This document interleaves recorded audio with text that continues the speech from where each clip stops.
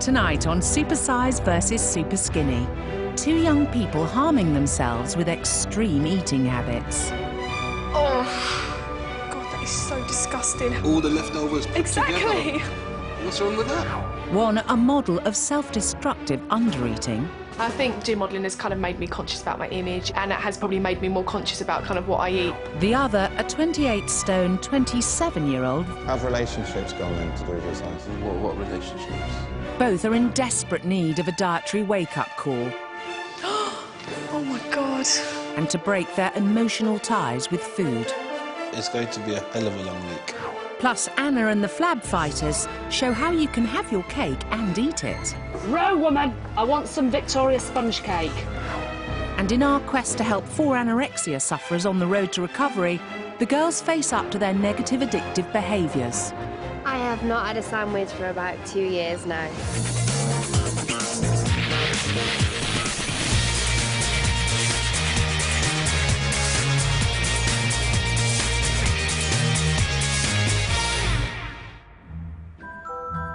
Georgetta's lived her entire life through a lens, starting as a child model. Now 18 years old, her bony body still makes her look more waif than woman. I started modelling ever since I was a baby, really, and I've kind of done it ever since.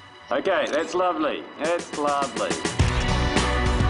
I think gym modelling has kind of made me conscious about my image, and it has probably made me more conscious about kind of what I eat.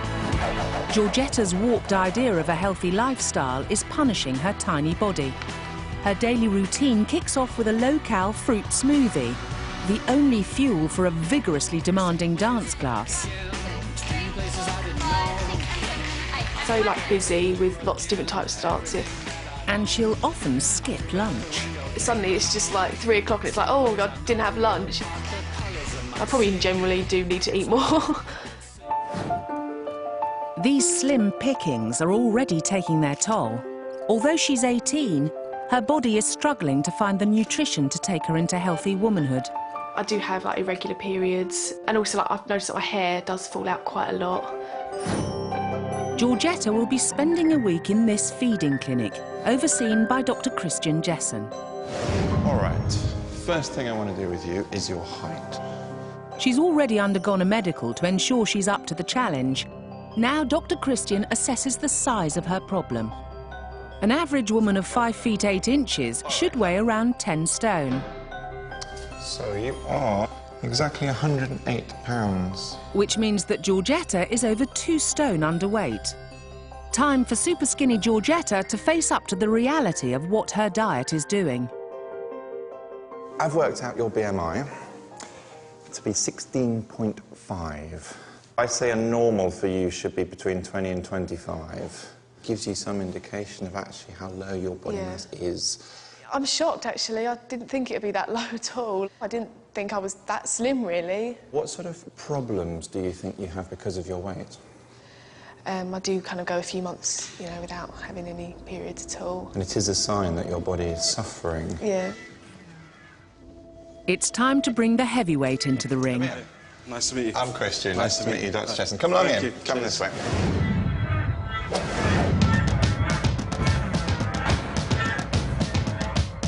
27-year-old Ameer weighs an earthquaking 28 stone. Ameer's passion for food has seen him piling on the pounds, and his low self-esteem is stopping him finding love. I haven't even attempted to try and chat up a girl because I don't see the point in it. Being the size I am, you think that, OK, you know what, this girl is worthy, not size 10. She's not going to go for someone who looks like you. These two extreme eaters will now swap diets for 5 days. Hopefully, Georgetta will learn some of Ameer's passion for food. And by sizing down to super skinny portions, Ameer will tackle his own supersize eating issues. So you are 395 pounds. These two are at extreme opposites of the scale when it comes to bad eating habits, and their bodies tell the tale. Ameer's gigantic waistline is over 2.5 times that of Georgetta's. Right, guess what? We don't have a quite long enough tape measure. Unlike Georgetta, Ameer's portion sizes are far from childlike. But this 27-year-old man-child still lives at home. And while his family keep feeding his hearty appetite, they're not helping him curb his supersize ways. His portions are, like, obviously larger than everybody else's. I try to encourage him, don't eat that, don't eat this, but he's 27 now, you can't really tell a guy don't be eating that all the time. Ameer also supplements all that home cooking with a generous amount of trips to the takeaway. Thank you very much. The post-takeaway kickabout with his mates is a short-lived, short-of-breath joy. In fact, his body is so compromised, a recent health scare has left Ameer seriously considering his future. 6 months ago, I was feeling a pain in my left arm, and also there was a bit of pain in my chest and stuff. He thought it might be a heart attack, so we took him to A&E about 1 a.m. and I did a ton of tests, and they kept him in overnight. We were really worried. This time, Ameer got the all clear, but without serious changes to his supersize eating habits, he may not be so lucky next time. At 27, you shouldn't actually be in A&E with a potential heart attack on the way. I know, being at this weight, what can happen if I don't get control of it now. I've done my little calculations and things, and what particularly worries me is your waist measurement, 66 inches. Anything above 37 inches in a man is significantly increased risk of all sorts of problems like diabetes and heart disease. Ameer's Southern Asian ethnicity means he needs to take even greater care of his health. You are therefore at much greater risk. Due to a high-fat diet and genetic variations, Southern Asians are 6 times more likely than white members of the UK population to develop diabetes. They're also a staggering 50% more at risk of dying from heart disease than the white European population. Dr. Jessen is also concerned with other matters of the heart. How have relationships gone then to do with your size? What relationships? Like, in what respect? Yeah, have you had relationships? No. None at all? No, no. Do you avoid sort of talking to women or asking them out? You do? Yeah. God, that's terrible. So if we can get you into shape and get you losing weight, you could have your first relationship? Quite possibly, yeah. With a difference of over 20 stone, these two are at opposite ends of the scale. It's time for Supersize to meet Superskinny. Hiya. I'm Ameer. I'm Georgie. Nice to meet you. Well, I was surprised at just how big he was. I think it was kind of his stomach. I thought, God, it was really, really huge. Total opposite, definitely. Yeah, exactly.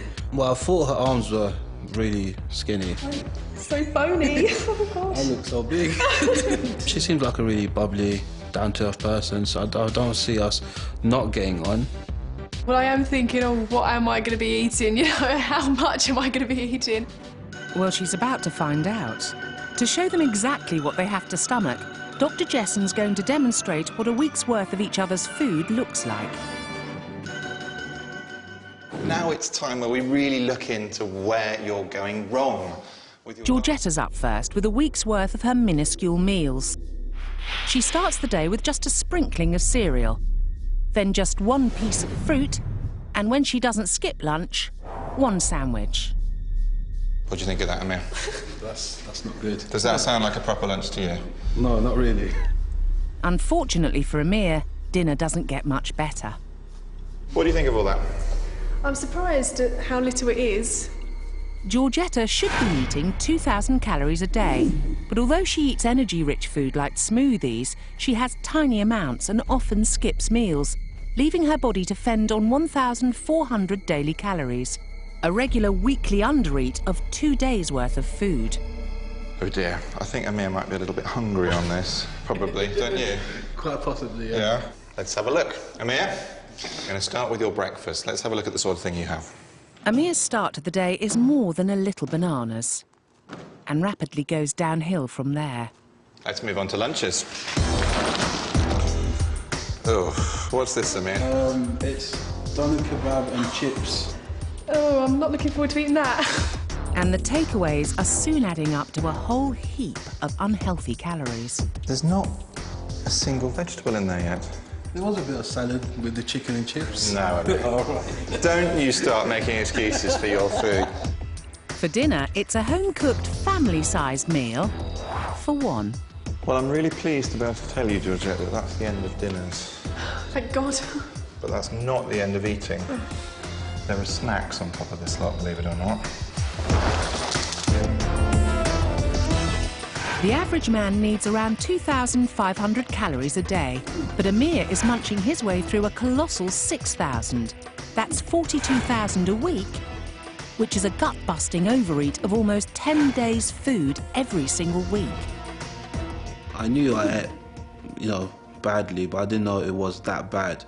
And I am where I am today because of that. So it's time for a change, and that time is now. Right, so now, from this point on, the diet swap begins. Battling an uphill struggle with their weight, these buxom babes from Wales are my Flab fighters. Welcome to my Flab fighting club. My mission is to help these 7 friends lose their excess baggage. The twist is they can still eat the good stuff, but only if they bank the calories with my Flab fighting activity. So far, they've vacuumed off chocolate, hiked to burn off cheese, and last week they were walking the dog to earn their biscuits. So just how much weight have those walkies seen them lose? I've lost a pound. I put on half a pound. Oh. I've lost 2. Yeah, I lost 3 1/4. I lost half a pound. Oh, amazing. Lost 2 pounds. I've lost 3 1/4 pounds. This week they ditched a total of 11.5 pounds. Well done, lasses. That's an overall loss so far of 2 stone 11 pounds. But the battle against the bulge continues. This week it's Donna's food vice. Will it be a piece of cake? I love cake so much. They're so delicious. I'm going to show Donna and her friends how to have their cake and eat it without piling on the pounds. This is the River Avon in Bath. It's 16 kilometres long, and today me and the ladies are going to be tackling the Avon head on.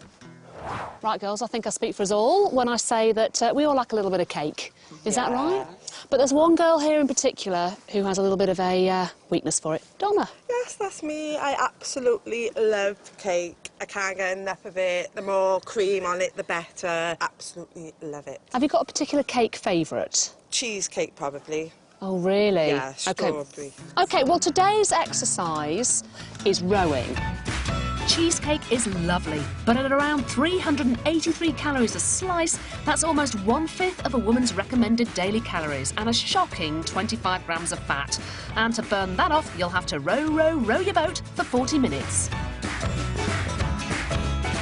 I'm afraid carrot cake doesn't count as one of your 5 a day, and at around 400 calories, you'll need to paddle until you perspire for 42 minutes. If a wedge of devilishly delicious chocolate cake floats your boat, you'll be putting your oar in for 3/4 of an hour to offset around 433 calories. Rowing is really, really good because if you do it quite strenuously over an hour, you burn up 578 calories, which is pretty full on. It's great for your bingo wings, really good for your thighs. We're going to do 40 minutes today, which will burn off a cake. These are the rollocks, are they? Right, yeah. Oh, it's wobbling. It's wobbling. Ah, we're going to crash. We're going to crash. Ah! On your marks, girls. Get set. Go!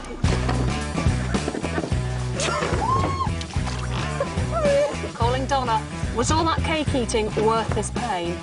It so was. I love it. I'm coming to get you, Kate. Row, woman! I want some Victoria sponge cake. After all their hard work, will they binge on cake or bank their calories?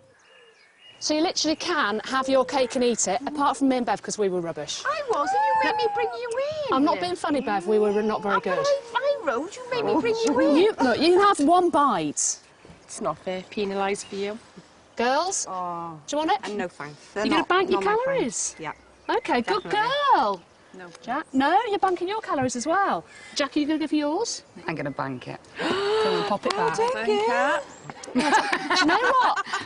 Donna, no one said you can have your cake and eat two. I went really... Pop it back. I was out there for 3 days. Hey, I tell you who would like it. Hold on a sec. Oh, yeah, they were friends. Ducks! Come on.